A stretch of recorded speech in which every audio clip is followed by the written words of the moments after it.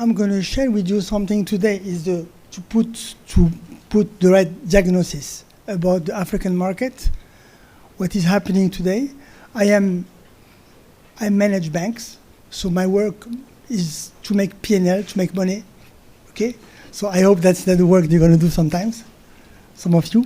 Okay, so I'm much more on earth, and I have to face problematics in 18 countries, and each country has a different approach. It's not copy and paste for each country. Each one, you need to bring the tactics, right? It's important to set the goal, to set the objective, and everybody is doing his own trip by himself. So in this country, you go this way, the other country, you go this way, blah, blah, blah, until. But at the end, you shouldn't lose the cap. Where are you heading? It's important, okay? Always keep the cap in front of you. Maybe it take me 3 years to go there, maybe 4 years, maybe 2 years, I don't know. But sometimes I can have, that's why the diversification is very important as well in the African continent, because some countries are coming down, the others are coming up. So the idea is to be very diversified. So in the continent, in African continent, you know, there is oil countries, non-oil countries, countries with the currency that are pegged to euro, to US dollar. So you have low inflations, and country like Ghana, for example, where the currency is floating, okay, and you have very, very high inflations. So you need to have very strong heart in this kind of countries, okay? Okay, you go to these countries because it go up and down, you don't know tomorrow what's gonna happen. So for me, I would like to, I'm gonna share with you some slides to illustrate what I want to share with you. So just to give you the characteristic of the economies in Africa, very quickly, and 1 or 2 slides. The debt level, the integration, regional integration, okay, where we should go. This is my own point of view, and maybe the role of the banks, the collective actions. So countries here in Africa, when you see all these countries, you see that, for example, I just took one slide, 2015 to 24, okay, 10 years back, 10 years. You see that the manufacturing industry hasn't moved. It's still at 10%, 10.8%, 10.7%, 10 years later. Okay, nothing is happening. Okay, it's important just to set the goal where I want to be. So the countries are more into agriculture and in the services. Services mainly commerce, importing. I need, I don't know, anything. A pen, a telephone, anything, I just import. So that's why even the inflation is important inflation. I don't create myself. Okay, I export what God gave me on the earth, and I import everything. I don't develop in-house. It's important. Okay, so the idea is just so the same things when I want to set up a company or I want to make an investment, I need to look at the market. You do that in the school when you look at the market, the consumptions. And if you look at the market on the single countries, it's very low market. You don't have economy of scale. So you cannot afford to make big investment. So the idea is to unify several countries, okay, to make the market work in one direction. Otherwise, it will not work. So you prefer to go to buy from China, from Europe, from whatever, anything. Economy of scale. So what is happening is that we have been experiencing protectionism before in all the world, China, Europe, America, Africa, and then we went to unification, globalizations, okay? Not Africa, I'm talking about the other continent, okay? So the globalization was everybody talking about it, and now we are coming back to protectionism again. America is paying alone, Europe, they try to maintain their relations, the China outside, coming back to protectionism. And Africa, unfortunately, we make unification only on words and paper. In reality, there is no real KPI that shows that there is an integration. And we're going to see it just after that. So when you look at this, what is happening is that what happens if you look at, for example, I took an example, which is the West African countries,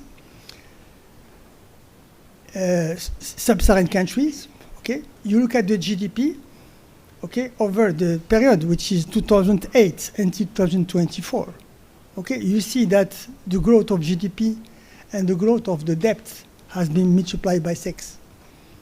On the same, if I base everything on 100 basis, you see that there is a big gap happening today, okay, which is the indebtedness of the country do not produce wealth for the country. So the situation is drastic. That means I take money, but I don't produce anything. I produce, but not enough. So I make the situation worse and worse. So today, what's happening? We are today in Africa facing a situation where the debt level per country is very high.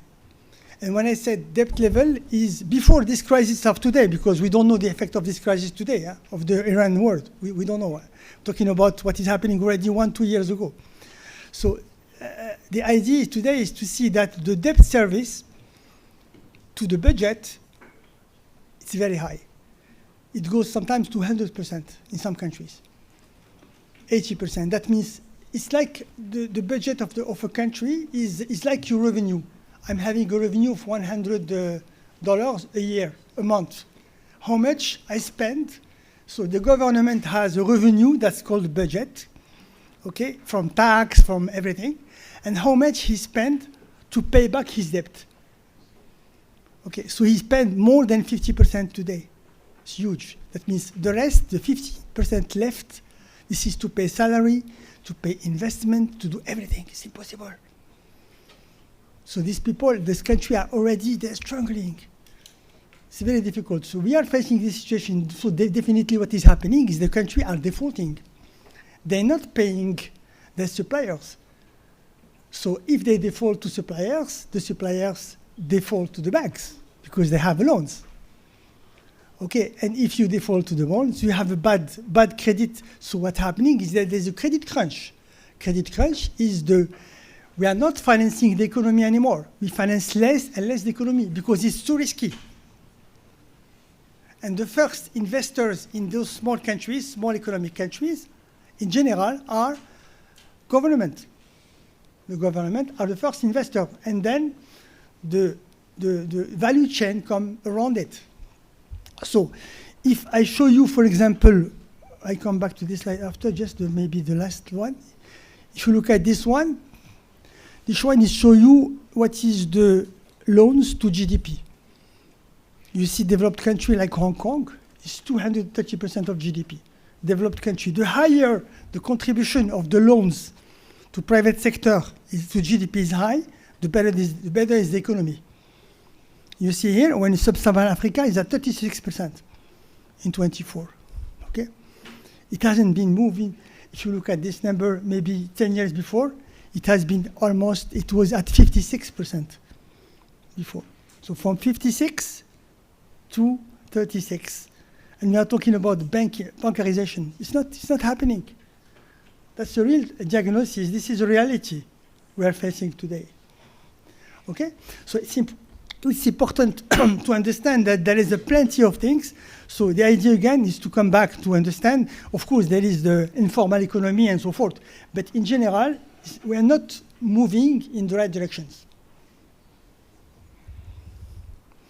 So I come back to the slide I was sharing with you. So here, this is to show you the integration, like I mentioned earlier. We have to look at economy of scale. Economy of scale is, I need to have market size to make investment because it's very, very heavy investment.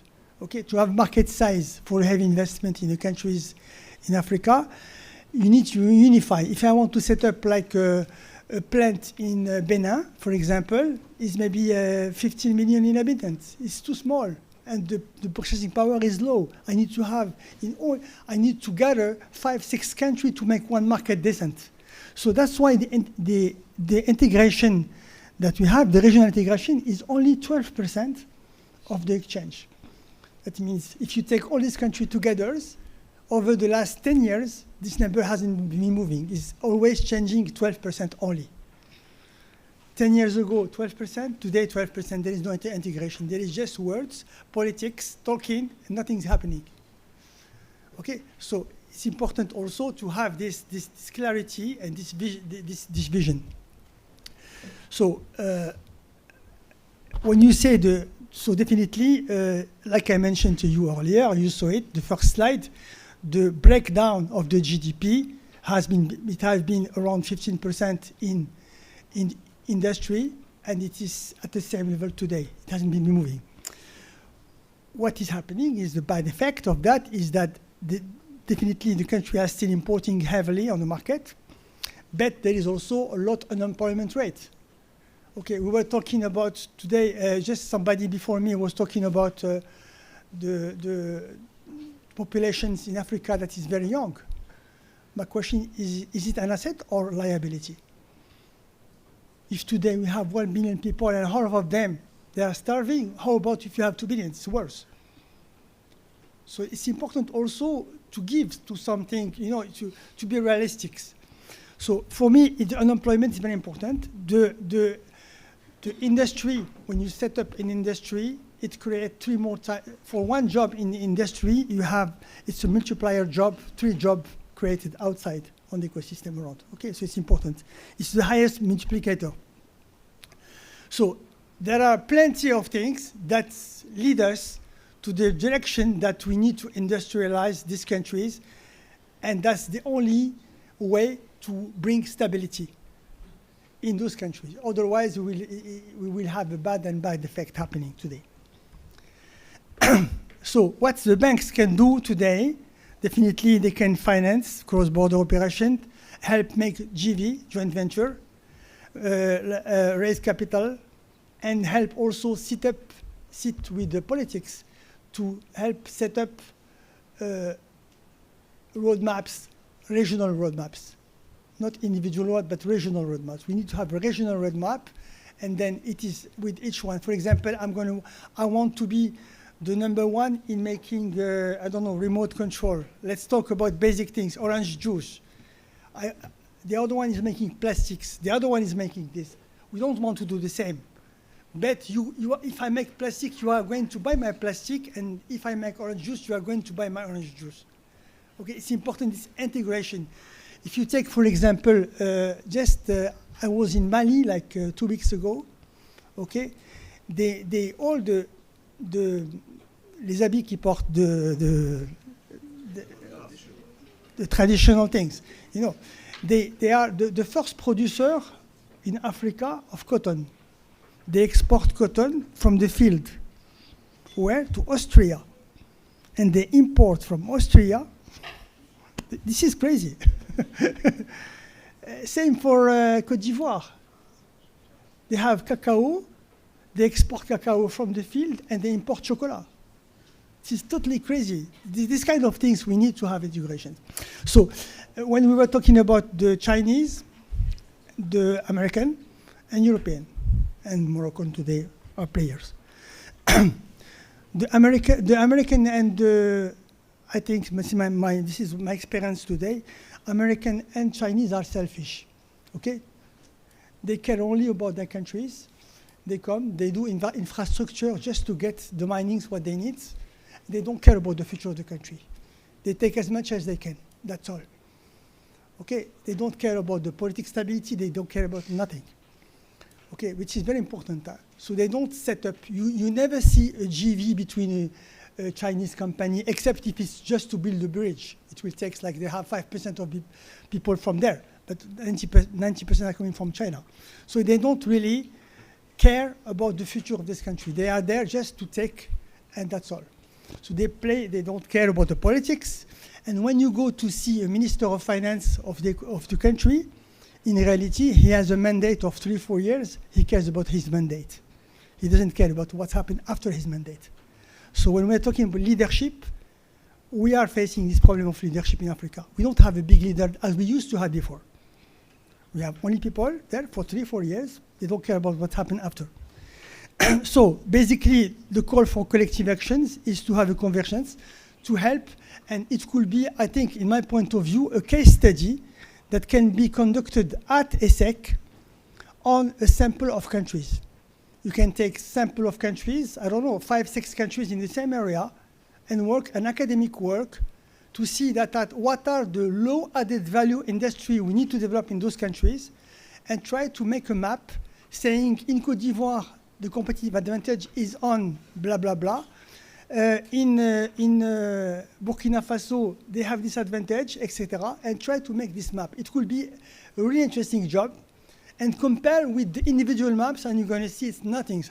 So today, everybody is conducting his own individual map without any coherence, and that's the big problem, is economy of scale. And we are still small, and it's very difficult to bring DFI investing in anything like this, in this framework. Thank you very much.